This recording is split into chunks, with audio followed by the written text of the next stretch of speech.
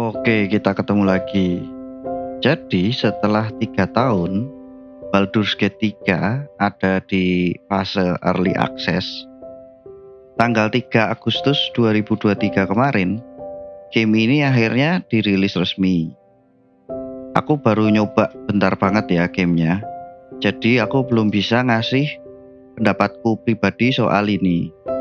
Tapi kalau yang udah kenal aku lama, kayaknya tahu ya kalau sebenarnya game-game kayak gini yang jadi favoritku. Ya aku jarang bahas aja game-game gini ya. Karena aku tahu game-game yang kayak gini biasanya gak ada trafficnya di media Indo. Cuman berhubung ini balik ke channel atau media aku sendiri, ya aku bebas mau bikin konten apa aja yang aku mau. Dulu waktu aku masih aktif nggarap zilbase.com ya, juga aku pernah bikin review Tyranny sama Pillars of Eternity 2. Dua game itu juga genrenya CRPG. Ya mungkin nanti kalau aku udah main sampai selesai, aku akan bikin reviewnya kali ya. Tapi sekarang aku pengen bahas satu hal penting yang sebenarnya ditunjukin sama si Larian Studio dengan BG3-nya ini. Setelah game ini dirilis resmi, BG3 itu hasilnya sangat istimewa dari sisi bisnis, penilaian media, ataupun kepuasan pelanggan. Dari sisi bisnis, Baldur's Gate 3 jadi salah satu game terlaris di Steam. Nanti angkanya tak taruh aja ya di layar. Memang, nama besar Baldur's Gate, Wizard of the Coast, Dungeons and Dragons itu memang sebenarnya sudah besar. Terus sentimen gamer ke Larian Studio itu juga sebenarnya sangat positif. Ya gara-gara sebelumnya kan mereka yang bikin Divinity Original Sin 1 dan 2. Tapi nama Baldur's Gate dan kawan-kawan beserta Larian Studionya itu gedenya di pasar yang niche, alias pasar yang sangat spesifik gitu ya. Mayoritas gamer di Indo yang mainnya kebanyakan game mobile, kemungkinan besar ya gak tahu apa itu Dungeons and Dragons atau Larian Studio. Di pasar global pun sebenarnya tetap niche juga kok nama-nama tadi itu ya. Dari sisi persepsi media, reviewer, dan kawan-kawannya, Baldur's Gate 3 ini juga sangat positif. Silakan di googling sendiri ya. Ya aku yakin yang nonton channelku itu bukan orang-orang bebal yang nggak bisa googling. Sedangkan kalau dari sisi kepuasan pelanggan, ya bisa dilihat sendiri dari review-review user di Steam ataupun dari user score di Metacritic. 3 hal tadi, sisi bisnis, review, dan kepuasan user, kalau dilihat sepintas kayaknya kan berbanding lurus ya. Tapi faktanya kan nggak juga. Game-game gratisan biasanya cuman bagus dari sisi bisnis. Gimana nggak cuan banyak? Wong semua dijual ya toh.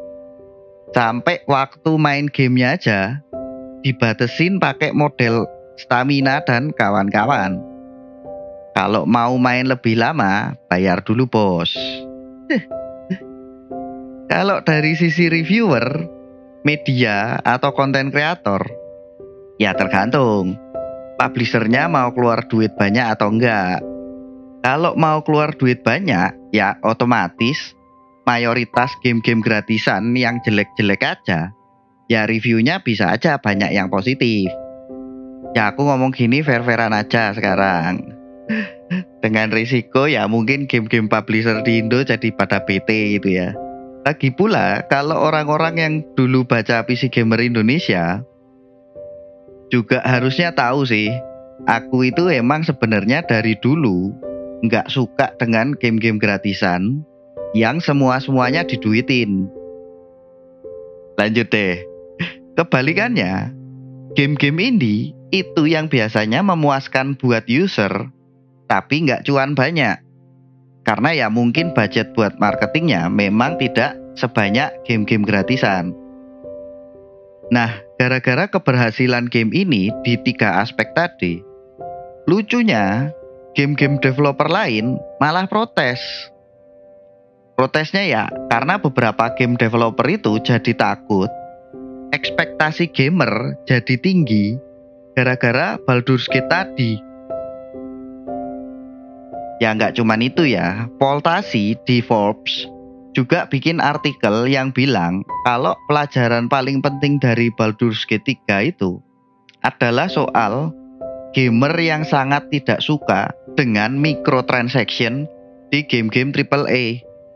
Satu hal yang menarik dari ribut-ribut soal Baldur's Gate ini ya, adalah respon dari salah satu bos di Larian Studios, yaitu si Michael Dawes yang jadi Director of Publishing-nya.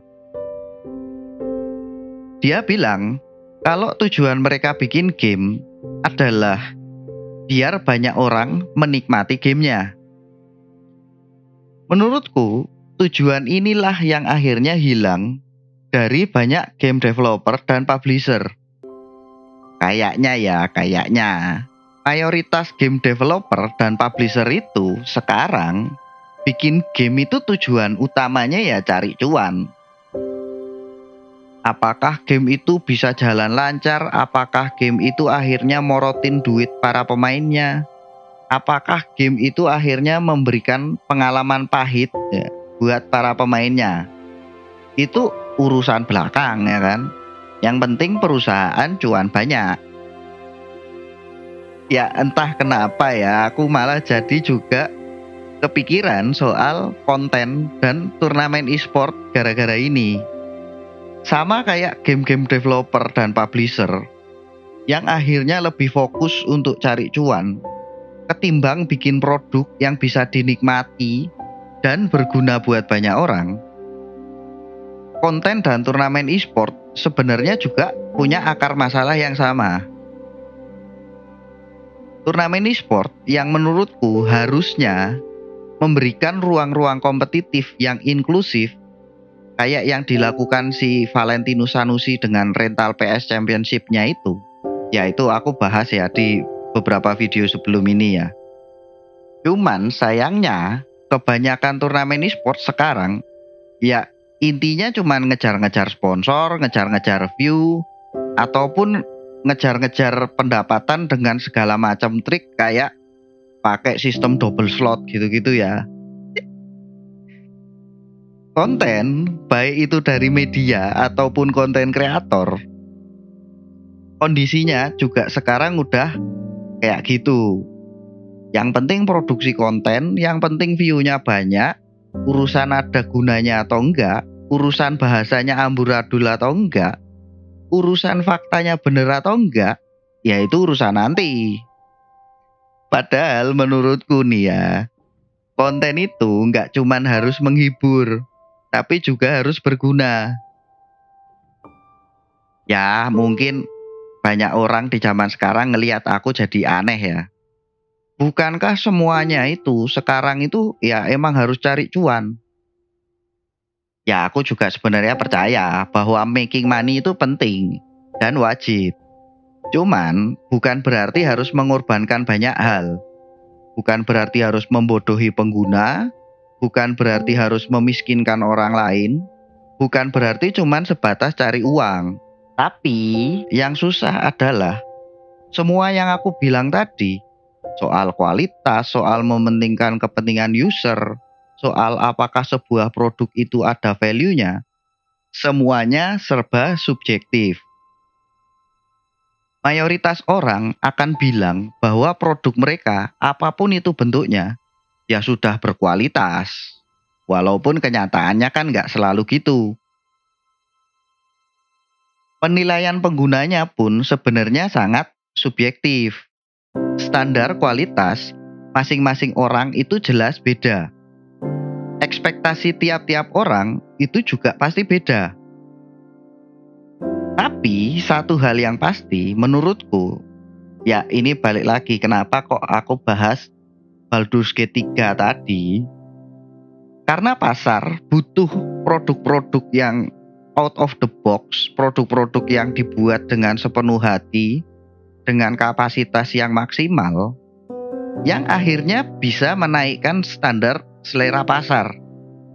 Dengan cara ini, akhirnya mungkin bisa memaksa produsen atau penghasil konten untuk meningkatkan kualitasnya. Penutup nih, ya aku sendiri ya sebenarnya aku harus ngaku dosa di sini. Karena ya kenyataannya emang tidak semua kontenku juga aku buat dengan sepenuh hati atau dengan kapasitas maksimalku. Ya setidaknya sejak aku sudah nggak fokus tulis di silbes.com di 2016. Ya dengan alasan dan tujuan segala macam lah ya. Aku sebenarnya pernah nulis juga nih di Silbes. Kalau yang udah biasa baca tulisanku, terus nonton video di YouTubeku ini, mungkin ada yang notice juga kalau memang beda standarnya.